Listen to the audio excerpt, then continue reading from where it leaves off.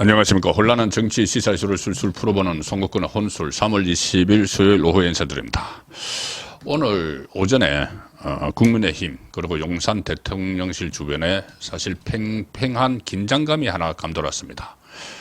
뭐냐 하면은 오늘 6시 아침 6시 49분에 지금 논란이 되고 있는 황상무 시민사회 수석 사퇴 발표가 있었죠. 왜 이렇게 새벽에 사퇴를 발표를 했는가? 자, 이 문제를 놓고 여러 가지 해석이 나왔는데, 이 윤석열 대통령이 황상무 수석의 사의를 받아들인 것은, 이것을 빨리 이 사퇴를 마무리하려고 하는 것이 아니고, 지금 한동훈 비대위원장이 요구를 했던 이 사안을 받아들이면서 대신 이 한동훈 비대위원장을 내치려 한다.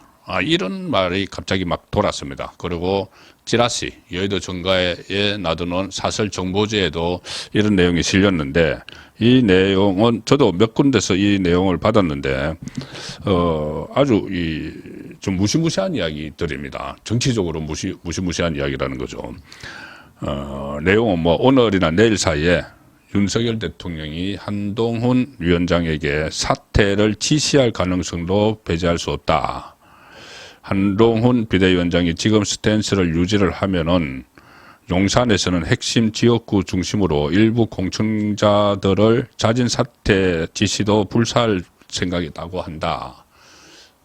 그 전에 1차 충돌이 일어났을 때 김건희 여사 디올백 문제로 그때 한동훈 비대위원장이 그럼 내가 그만두겠다는 말을 했다고 보도가 됐었죠.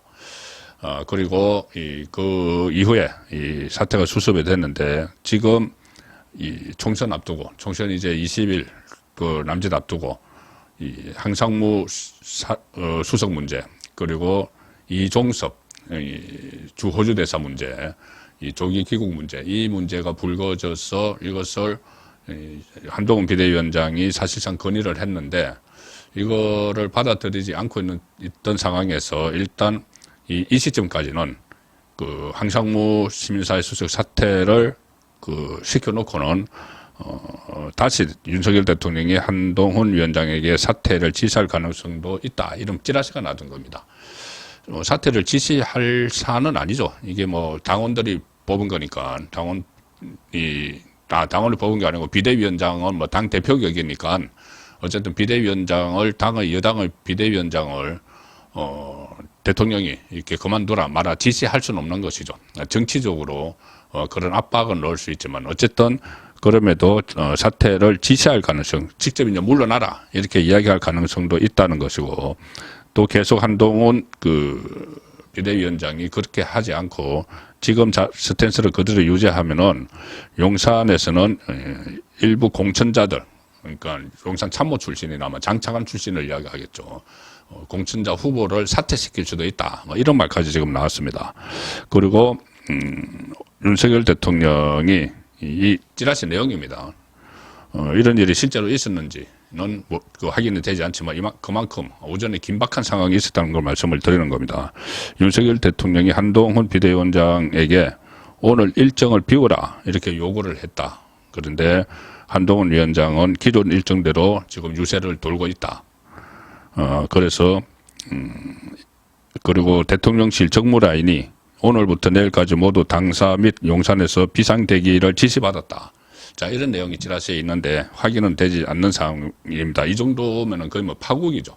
총선 20일 남짓 앞두고 여건이 거의 파국을 맞는 상황인데 다행히 지금까지는 그런 상황은 전개되지 않고 오히려 이 사태를 수습하는 그쪽으로 신속하게 움직이고 있습니다. 황상무 수석이 이 사퇴를 했죠. 그리고 이종섭 주 호주 대사도 조기에 귀국한다. 귀국해서 공수처에 빨리 나를 소환을 하라고 요구를 할 것이다. 자, 이런 말을 한동훈 위원장이 직접 했습니다. 그러니까 뭐 대통령실과 교감을 나눴을 수도 있는 것이죠. 그러면은 이 사태를 수습을 하는 그런 이 길을 찾는다. 이렇게 저희들이 해석을 할 수가 있습니다. 이종섭 주 호주 대사 조기 귀국 사실을 처음 알린 사람도 회의에서 비대위 회의에서 한동훈 위원장이 알렸습니다. 물론 그 전에 보도가 간헐적으로 나왔지만은 그것을 확언하는 말은 한동훈 비대위원장이 했기 때문에 용산과 모종의 교감이 있었지 않느냐. 자, 그런 추론이 가능합니다. 지금 외교부도 이종섭 대사가 25일 열리는 회의, 공관장 회의에 참석을 할 것이라고 지금 확인을 하고 있습니다. 25일 열리지만 그 전에 입국을 할 가능성이 있죠. 그래서 공수처에게 내가 며칠 동안 국내에 있을 테니 그럼 나를 소환을 하라면 소환을 하라 이렇게 이제 요구를 하면서 상황이 정리될 가능성이 있습니다. 그리고 또 하나 충돌 요인이었죠. 그 비례대표 명단도 지금 어느 정도 수정을 할 수 있다는 것을 한동훈 비대위에서 그 말이 나오고 있습니다. 공관위에서도 그런 말이 나오고 있죠. 자, 그래서 비례대표 명단도 어느 정도 지금 잘못된 부분이 있어서 한 사람 이미 사퇴를 했죠. 명단을 좀 수정을 하고 순번을 재조정을 해서 국민에게 제시하는 것으로 그렇게 지금 사태를 수습을 하고 있는 것 같습니다. 그리고 뭐 장해찬, 도태우 이 두 사람의 무소속 출마 이것을 이제 유권자들이 선택을 하면 되는 것이죠. 그 상황에서 한동훈 위원장이 오늘 안양에 갔는데 안양에서 현장 선거 대책회의를 했는데 거기서 이종섭 조기 귀국 사실을 알렸고 회의 직후에 기자들과 만났습니다. 만나서 이렇게 이야기합니다. 질문이 먼저 나왔죠. 2차 당정 갈등이라는 평가가 있는데 어떻게 생각을 하느냐. 여기에 대해서 한동훈 위원장은 지금은 총선을 20여일 남겨놓고 국민의힘과 윤석열 정부는 공동운명체다. 총선을 20여일 남겨놓은 시점에서 공동운명체다.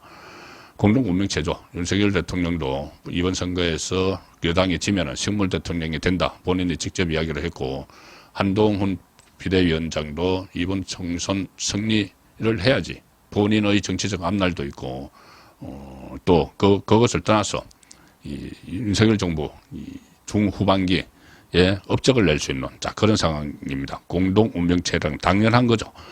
그리고 그렇게 되면 이제 제2차 윤석열 한동훈 갈등은 봉합됐다 이렇게 뭐 선언을 한 것이나 마찬가지라는 해석이 나옵니다. 총선을 20여 남겨놓고 국민의힘과 윤석열 정부는 공동운명체다. 그리고 그렇게 해야 폭주하는 이재명 사당과 통합진보당 종북 세력이 이 나라의 주류를 차지하는 것을 막을 수 있다. 이렇게 이야기하고 나는 그것만 생각한다. 이렇게 또 덧붙였습니다. 어제 일부 강성 보수층에서 집회를 열어서 한동훈 위원장 사퇴를 촉구하는 그런 일도 있었죠. 여기에 대해서 한동훈 위원장은 저희는 민심에 순응하려고 노력하는 정당이고 민주당은 그렇지 않고 거부하는 정당이라는 차이를 이런 상황들이 명확히 보여주는 것이다. 자, 이렇게 이야기를 했고 이철규 의원 비례대표 공천에 대해서 문제점을 지적을 했죠. 거기에 대해서는 한동훈 비대위원장은 비례대표를 정하는 절차는 시스템 공천에 따라 정해질 것이다. 이렇게 이야기를 했는데 정해질 것이다. 그러면은 다시 이 시스템을 정비를 하게 해서 재검토할 수 있다. 자, 그렇게 받아들였습니다. 그래서 오늘 중이라도 모든 것을 매듭을 짓고 다시 총선 현장으로 나가야 된다. 그런 생각이 듭니다. 어쨌든 오전에 있었던 그 무시무시한 찌라시 그 내용은 정말 찌라시 수준에 거치는 것 같아 다행이라는 생각이 듭니다. 송국근의 혼술이었습니다.